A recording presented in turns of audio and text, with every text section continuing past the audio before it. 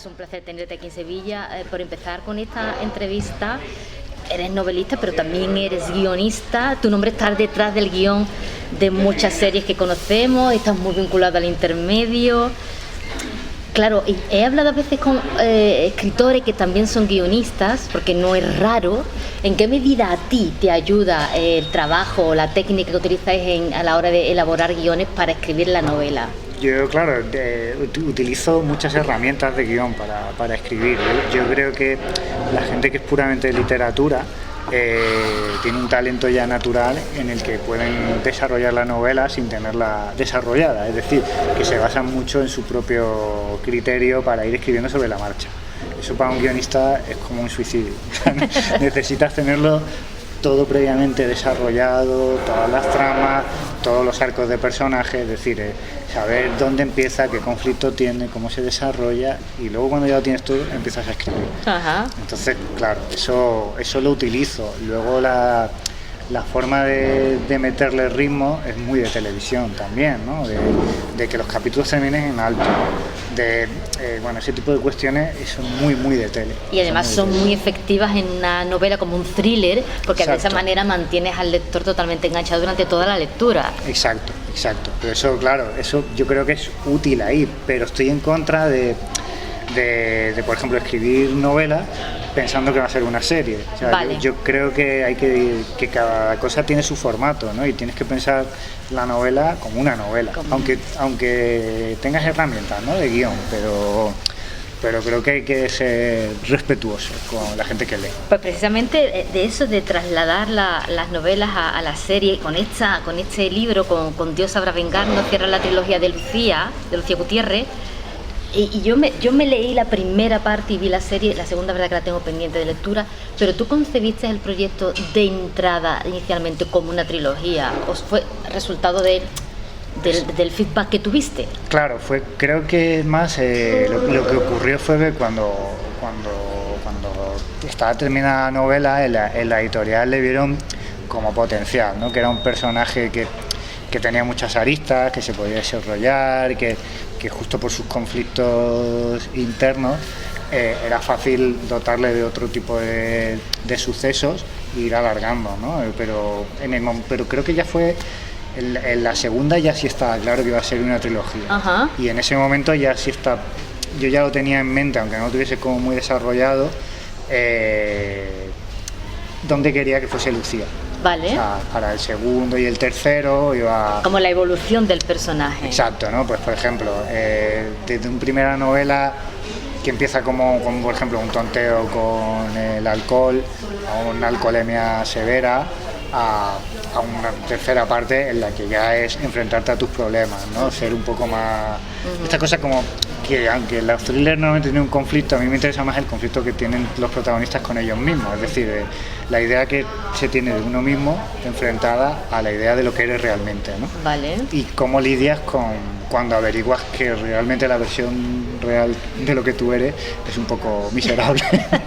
¿Cómo se hace eso, no? Entonces, eso es lo que me interesaba de Lucía. Yo quería como crear una atmósfera en la que siempre tenía responsables de todos sus problemas y tenía a alguien siempre a que culpar, ya podía ser institucional, de pareja, de expareja, hijo, lo que fuese, siempre tenía un responsable. Y esta última, para llegar a este punto en el que dice, vale, ahora he llegado al punto de mirar quién soy, aceptarlo y lidiar con... O sea, de enfrentarse a uno mismo. Exacto, pero me parecía como más poético, ¿no? Sí, Que tu último adversario seas tú. Cierto. Bueno, la primera la publicas con Espasa y las dos últimas con Libros Cúpula. Es verdad que pertenecen a Planeta, pero ¿por qué ese cambio de sello? Esas son decisiones ya editoriales, no te sabría decir, pero creo que al final el lector nunca lo tiene como muy asociado, ¿no?, a una editorial concreta o tal, tiene más como el personaje, ¿no? Y va más donde está el personaje que eso, pero sí no tengo una respuesta para eso. Bueno, como te comento, sí que es verdad que leí la primera y vi la serie completa, que además lo estuvimos comentando en el trabajo porque yo tengo compañeras que viven en Morón y además su marido trabaja en la base, con lo cual era una serie que en el trabajo era muy actual entre nosotros. Pero claro, me falta la segunda y esta tercera tengo que empezarla también. ¿Es necesario leerlas? Se puede leer de forma independiente. Vale, no hay necesidad tampoco de leerla por orden. No, tiene pequeños subtramas, ¿no? Que se van arrastrando de una entrega a otra, pero son casos distintos siempre y los puedes leer de forma independiente. Pero que es lo de Morón, eso fue increíble. O sea, la única vez que me he sentido bestseller ha sido Morón de la Frontera. De hecho, yo hubiese deseado una faja que hubiese bestseller en Morón de la Frontera, porque hice la presentación allí, no te puedes imaginar, o sea, no entraba la gente en el casino. Ajá. O sea, una cola de gente esperando, estuve firmando hasta las 12 de la noche, o sea, una locura, y lo disfruté mucho porque de repente te das cuenta de, o sea, cuando eliges un sitio, eso puede conllevar muchas cosas y de repente cuando yo hablando con el alcalde de los trabajos de puestos directos que había generado la serie, de la repercusión que había tenido, como sí, claro, pues eso a mí me dio mucha alegría porque claro, el pueblo agradece ese tipo de proyectos, claro. Claro, y esta cosa, ¿no? Al final también como andaluz, pues uno se alegra, ¿no? De que genere algo, generar empleo en tu propia tierra, que haces tú en tu casa solo y de repente esto repercute a favor de gente. Eso creo que es lo más gratificante que me ha pasado nunca. Una gran satisfacción. Bueno, teníamos la primera, el título de la primera, ahora se me ha ido. Cuando nadie nos ve. Cuando nadie nos ve. Terral, Dios sabrá vengarnos. Esta última suena como a sentencia, a presagio, apuestas por títulos que sugieren muchas cosas al lector. Hay una cosa curiosa que son tres títulos que vienen de canciones y voy intentando como una rata arrastrar a la gente que escucha esas canciones. Entonces sí, Terral, por ejemplo, la de Pablo Alborán, y Dios sabrá vengarnos es una letra que viene de John Beef, pero la popularizó Los Planetas en Islamabad, y más o menos el fragmento era Dios sabrá vengarnos, Dios es grande siempre, y hablaba un poco de la relación que tiene una persona con Dios, y eso está en la novela presente. Lucía por primera vez enfrenta sus problemas con una cosa que me parece muy subgénero y muy andaluza, es la relación que tenemos con Dios, sobre todo a través de la Semana Santa. Hay un documental que no sé si lo has visto, pero me gusta mucho, que se llama, que es de aquí de Sevilla, Dolores Guapa y Guapa, que habla un poco de la comunidad LGTBI dentro de la Semana Santa, ¿no? El espacio que ocupa.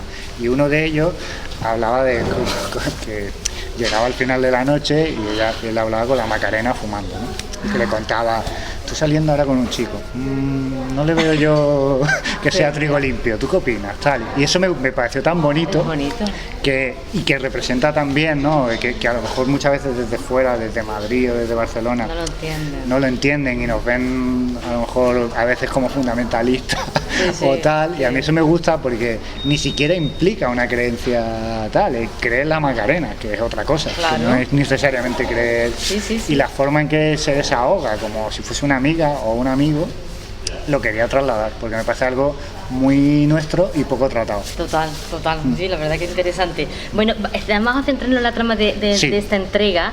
En este caso la acción se inicia en Huelva, pero inmediatamente nos vas a trasladar a Sevilla, justo en plena Feria de Abril.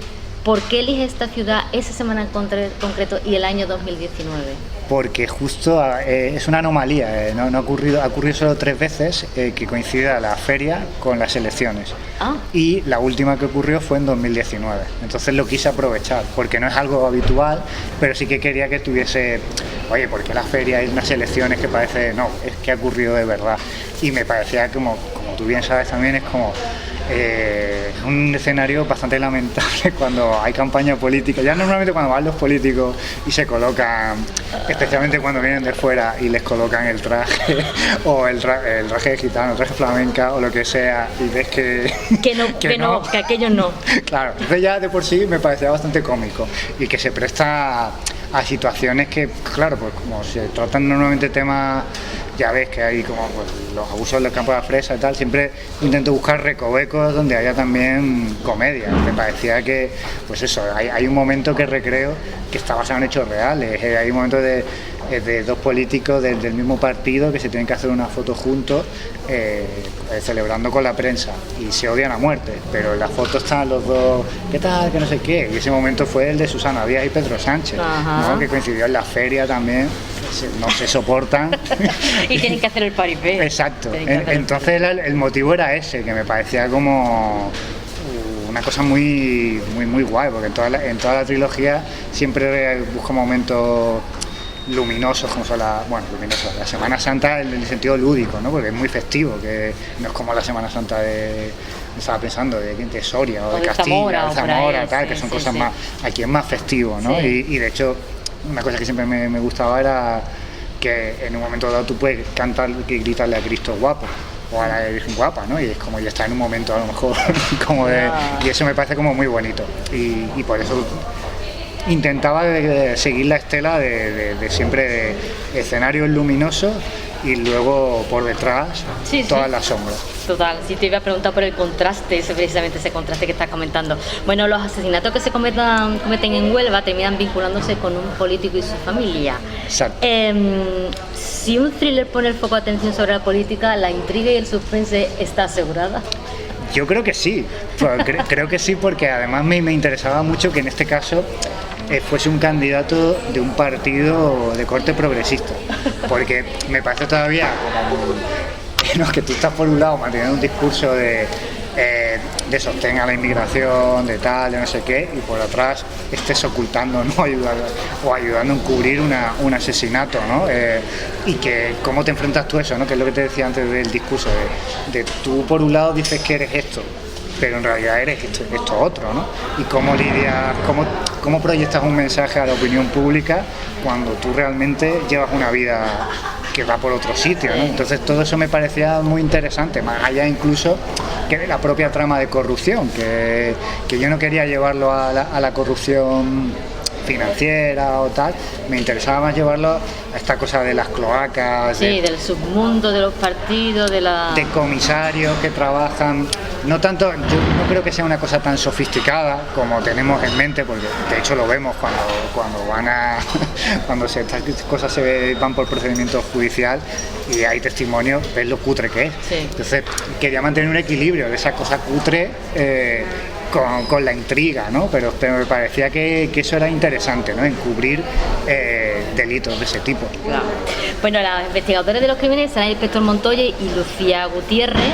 ¿Qué Lucía vamos a encontrar en esta novela en comparación con las dos entregas anteriores? Creo que justo eso, lo que hablamos, a una persona que deja de poner excusas y deja de responsabilizar a los demás. Lo intenta hasta que ya realmente no puede, ¿no? Y es como, de hecho, la primera excusa que pone, ella está encubriendo también, porque ya no está la Guardia Civil, y trabaja en esto, encubriendo también este tipo de asesinatos, porque ella se autoconvence de que es por un bien mayor, que es para detectar dónde están esos policías corruptos y ponerlos, ¿no? A disposición judicial. Pero en realidad, si tú para compensar una ilegalidad o algo deshonesto lo respondes con otra deshonestidad o con cuestiones poco éticas, estás al mismo nivel. Entonces, cuando ella se da cuenta de eso, empieza realmente el viaje de Lucía, que es decir, vale, quizás yo soy igual que toda la gente de la que llevo poniendo en la palestra y ajusticiándola toda mi vida. Eso me parece interesante. Yo la recuerdo muy mordaz en la primera entrega, no sé si sigue en el mismo tono. Sigue, pero justo por lo mismo, porque aparte a mí me cuesta mucho, a mí personalmente me cuesta tomarme en serio a mí mismo, a mis personajes también, y creo que también es como un alivio de luto, ¿no? En estar en escenarios a lo mejor, o hablando de cosas que son un poco gruesas o áridas, que siempre haya un poco, ¿no? Un punto de humor, lo que tú dices, irónico, mordaz, y más también me apetece que lo tuviesen en este caso una mujer, porque yo que trabajo en tele estoy hasta aquí de los personajes cuando son de comedia en mujer. Normalmente son pepitos grillos, son la conciencia de los otros, no son graciosos por sí mismos, están diciéndole a los tíos, no hagas esto, no hagas tal. Entonces me apetecía tener una mujer que se pueda equivocar, que se pueda reír de sus equivocaciones, que sea contradictoria. Vamos, básicamente el privilegio que tenemos nosotros, llevarlo a esto, ¿no? A una ficción en la que tú puedas tener una mujer graciosa, o sea, y que eso también incomoda, porque al final es como ese espacio también dentro de la Guardia Civil, nos estás quitando nuestro espacio de aquí, la broma la hacemos nosotros, ¿no? Ya. Bueno, después de haber visto a Maribel Verdú interpretando a Lucía Gutiérrez, hablas de Lucía Gutiérrez y es inevitable pensar en Maribel Total, Verdú. a mí me ha pasado por, claro, es la primera vez, las dos anteriores, como no había serie, no estaba acondicionado, pero esta última me costó. Porque claro, ya de repente hay una cara, claro, una voz concreta. Exacto. Y eso me ha influenciado. Y además ella contaba cuestiones que luego he intentado recrear, pues ella decía, claro, para el personaje intenté, justo por lo mismo también, ¿no? Una mujer en un puesto de poder y tal siempre está más juzgada. Entonces yo intento esconder mis movimientos, que no se me vean las manos, que no gesticular demasiado y tal. Claro, entonces al final yo todo eso... lo tengo que, de alguna forma lo tengo que procesar y claro, yo creo que es la primera vez que he escrito a este personaje ya un poco condicionado, porque es la primera vez que lo he visto en pantalla. ¿Y qué tal la interpretación? A mí me ha encantado. ¿Tú participaste en el guión? No pude porque yo estaba en otra productora. Ajá. Entonces no, por temas de exclusividad yo no podía, no podía trabajar, pero trabajaron en ella a gente a la que quiero y admiro mucho, que son amigos, y como Dani Corpas, que es el creador, o Isa Sánchez, o Germán Aparicio, que somos... normalmente escribimos bastantes cosas juntos y temática andaluza. Y era lo único que cuando yo supe que no podía hacerlo, intenté que fuesen guionistas andaluces, porque estoy un poco cansado de la visión desde fuera. Sí, claro, ¿no? Sobre todo con temas de que lo hemos estado hablando de Semana Santa, de la vida en los pueblos andaluces. Exacto. Que el que esté escribiendo eso sepa de lo que está escribiendo. Claro. O sea, que... Y no utilice estereotipos y cosas por el estilo. Ya te entiendo. Justo. Bueno, hablamos de la política, pero también tocas el mundo de la televisión, de la que tú conoces un montón, a través de un personaje, de una presentadora de nombre Bruna Piñeiro. Exacto. ¿Qué nos vas a mostrar de lo que ocurre detrás de las cámaras? Pues dos cosas. Yo quería partir de, como me ocurre con todo esto que estamos hablando, de personajes con luces y sombras, yo quería empezar con que el lector empatice con ella, porque es una presentadora de tele de más de 50 años, y eso en la tele es como siendo mujer de 55, ¡pum!, te van relegando. Eso no es que lo diga yo, basta con poner la tele, el prime time, porque todavía sí que existe una cosa que yo creo que sigue siendo machista, que es esta cosa que se llama la reina de las mañanas, y ahí sí se puede tener edad, porque como al público al que se dirige de una cierta edad también, claro. Exacto, pues ahí sí se permite. Ahora el prime time no, ahí necesitamos, ¿no? Entonces quería partir de esa idea en la que tú puedas empatizar con ella, para luego utilizar otra cosa que normalmente suele ocurrir con sucesos, que es utilizarlo en tu propio beneficio, ¿no? Crear una relación de amistad con una víctima y llevártelo, ¿no?, a esta cosa del amarillismo y tal, ponerte tú en el foco, ¿no? Estás utilizando al final una desgracia y eso lo hemos visto, sí, claro, en todos los casos, de Rocío Bánico, en el que sea, ¿no? Siempre hay un periodista que entabla amistad con la víctima y lo utiliza, ¿no?, en su propio beneficio. Entonces quería eso, que tampoco el lector tenga claro esta persona que es buena, es mala, es tal. Bueno, pues yo creo que somos todos, podemos ser en un momento dado, claro, algo sí, bueno o algo perverso. Exactamente. Bueno, el lector va a visitar otras ciudades con la lectura, aparte de Sevilla, Madrid, Hendaya, Portugal, Tánger, te mueves mucho. Sevilla será el escenario más importante y además me ha gustado porque he estado ojeando los capítulos y recorre Sevilla desde lo que es el centro hasta la periferia, es decir, Sevilla es protagonista en lo que es toda la ciudad. Sí, porque yo, también te digo, viviendo aquí, o sea, a mí siempre Sevilla me ha gustado mucho y he estado siempre viniendo, al punto que decidí ya comprarme una casa y venirme a vivir aquí. Pero hay una cosa con la que, estando 20 años en Madrid, siempre me ha molestado mucho, que es la visión simplista de Sevilla. Es decir, hay una visión desde fuera que Sevilla es solo la Semana Santa y la feria, sí, ¿no?, o una parte de... Y Sevilla son muchas Sevillas. O sea, la Sevilla de San Julián no tiene nada que ver con la Sevilla de Los Remedios. Y son igual de sevillanos, ¿no? O sea, unos que otros, pero esa otra parte, por lo que sea, nunca está, ¿no?, yo siempre lo pongo de ejemplo el underground sevillano, ¿no? Esa etapa de Sevilla concreta, esa no está en el imaginario colectivo, ¿no? Está solo pues eso, los estereotipos. Y yo quería indagar más en otro tipo de barrios donde hay también, ya bueno, es que son, insisto, que es que como de esta cosa, existe una cosa y la contraria, pues esto es lo mismo. Existe una Sevilla que puede ser más conservadora y existe otra Sevilla que es más vanguardista. Y las dos para mí representan de la misma manera, ¿no? Pero por lo que sea, de esa otra parte no tiene representación Sí, te estoy entendiendo. fuera de Madrid. Y yo quería... Sí, que se quedan con una parte muy sesgada, una idea muy sesgada de la ciudad. Claro, que esa Sevilla existe y es maravillosa, pero existe también otra. Y que también se mueve, que hace teatro, que hace danza, que hace tal, que... Y me interesaba que estuviese presente. Cada capítulo está dedicado a un día de la feria porque la acción transcurre durante los días de feria. Eso es muy de guión y además algo que tú incorporas siempre. Sí, exacto. Estructurar los guiones así como segmentados. Me parece interesante porque también le crea una expectativa, ¿no?, al lector o al espectador si es una serie. Por ejemplo, si es Semana Santa y empieza un Domingo de Ramos y termina un Domingo de Resurrección o un Viernes Santo, tú ya sabes que el final, ¿no?, cada vez necesitas saber qué va a pasar. Sabes que la resolución va a ser ese día. Con la feria es lo mismo, sabes qué va pasando. En Terral era lo mismo, el último día de Terral pues estará... Esa promesa yo creo que siempre te hace como investigar más, ¿no?, querer saber más, acercarte más a ese final. Entonces me parece que está bien que sea finito. O sea, a veces este tipo de novelas se puede desarrollar en semanas, en tal, los días se suceden sin más, pero a mí me parece que de esta forma, con esta estructura, cada día tiene su propio protagonismo, ¿no? Y además va cambiando. O sea, no es lo mismo la noche del pescadito que cualquier otro día de feria, o el último día de feria, o tal, es otro tipo de público el que va a la feria, o la forma en la que te vistes, ¿no? Todo cambia y eso creo que juega. En Semana Santa me pasaba lo mismo. Me interesaba mucho empezar desde el Domingo de Ramos, esta cosa festiva, a terminar un Jueves y un Viernes Santo, ¿no?, que va a cambiar la ropa, el negro, el todo oscuro, tal. Ese tipo de juegos yo creo que te lo permite, ¿no?, esas estructuras.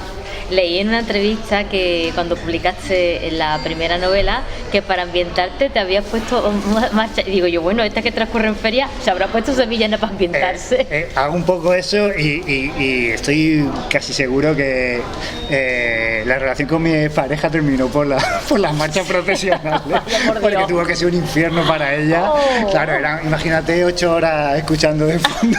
Algunas son bonitas, pero otras... Sí, claro, pero es verdad que estando en Madrid cuando escribí, cuando nadie nos ve, yo necesitaba vincularte de alguna manera, claro. Claro, podía haber puesto incienso, pero ya era demasiado. pero no, con las marchas sí, porque o sea, pues ya el ruido de... O sea, un redoble de tambor o una caja, ¿no?, chocando con la madera, ya me lleva directamente al olor a incienso, al olor al azahar, a todo ese tipo de cosas. Me empujaba más fácilmente. Entonces sí, soy un poco... También tiene que ver, ¿eh?, con la formación audiovisual. Ajá. Porque ya estás componiendo, ¿no?, de alguna forma. Yo, claro, si estoy escuchando una marcha un poco más épica y estoy escribiendo eso, pues luego de alguna forma se va a trasladar eso también, ¿no? Y tú has comentado que como buen guionista escribes novelas siempre con una escaleta, con la típica escaleta. Pero, por ejemplo, ¿varía mucho esa escaleta inicial con el resultado final? No varía mucho, pero sí varía. A ver, me explico. O sea, yo sí que dejo, cuando escribo novelas, sí dejo espacios más abiertos. Yo escaleto, más o menos lo tengo todo el personaje, pero no lo hago como en una serie, que la serie está completamente cerrada. Vale.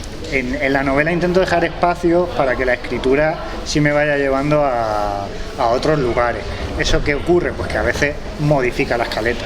Claro. O sea, a veces doy con algo que no tenía previsto, porque al final una escaleta la hago en 2 semanas, una semana o un mes, pero al final la novela estoy lidiando con ella 1 año y medio o 2. Entonces ese tiempo de reflexión es más amplio y más profundo. Entonces sería tonto no incorporar todas estas cosas que voy pensando sobre la marcha o que he tenido más tiempo, porque por una cosa que pensé, ¿no?, las 2 primeras semanas. Claro. Entonces sí intento dejar ese espacio. Hay una cierta flexibilidad entonces. Sí, porque si no yo también creo que es menos divertido, ¿no? O sea, como hay una parte que mola, pues joder, de repente hay un personaje en la serie, o sea, en la novela, que no lo tenía tan pensado, pero de repente me entusiasmó, que es alguien que parece que está un padre que está, ¿no?, defendiendo supuestamente a su hijo porque las salas de apuestas, y como reivindica eso mucho, y en realidad luego vas descubriendo que en realidad es una persona que está molesto con el sistema porque el sistema no le ha dado la vida que él quería, y empieza a escribir en los foros de internet de estas cosas como anónimos y tal, y de repente di con un personaje que me interesaba mucho más, que a priori era simplemente una puesta en escena para desembocar otra cosa, pero escribiendo muchas veces te das cuenta que tiene más recorrido.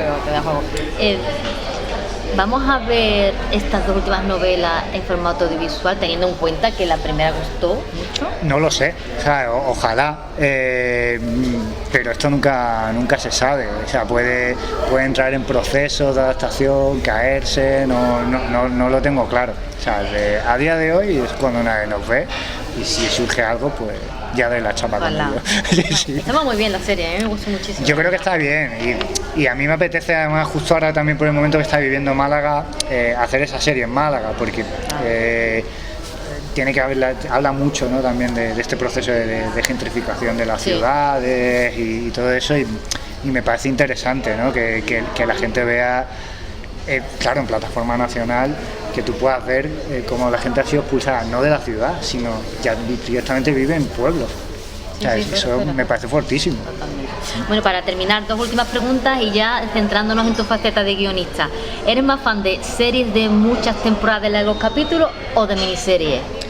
Yo tengo que decir que de miniseries. O sea, me engancha más, y creo que también son los universos cerrados, y creo que tienen, o sea, menos posibilidades de agotarse. A veces ves una tercera temporada, una cuarta, que tengo la seguridad de que están estiradas en exceso, ¿no? Sí. Se podía haber cerrado como mucho en 2 temporadas. Sí. Pero yo soy más partidario de, esto se suele decir de que todo sea solomillo, y para que todo sea solomillo tiene que ser más corto. Exacto. Cuanto sean las temporadas más cortas, incluso 6 capítulos, para mí me parece perfecto, porque no estiran nada, vas todo el rato el tuétano. Y lo mismo en temporadas sucesoras, ¿no? Si lo puedes recrear en una sola, seguramente es mejor. Yo también soy una partidaria. Pues ya, para cerrar, recomiéndame una serie española que no me pueda perder.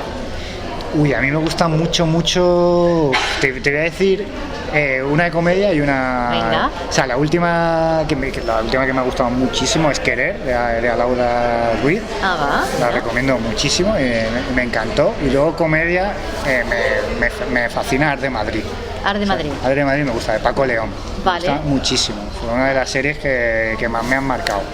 Pues ninguna de las dos las he visto. Pues a ver qué te parece. Así que intentaré ver. Pues nada, Sergio, un placer saludarte. Así, me ha encantado hablar contigo, la verdad. Igual, a ti por dedicarme tiempo, y además a esta hora, que entiendo que habrá sido para ti también.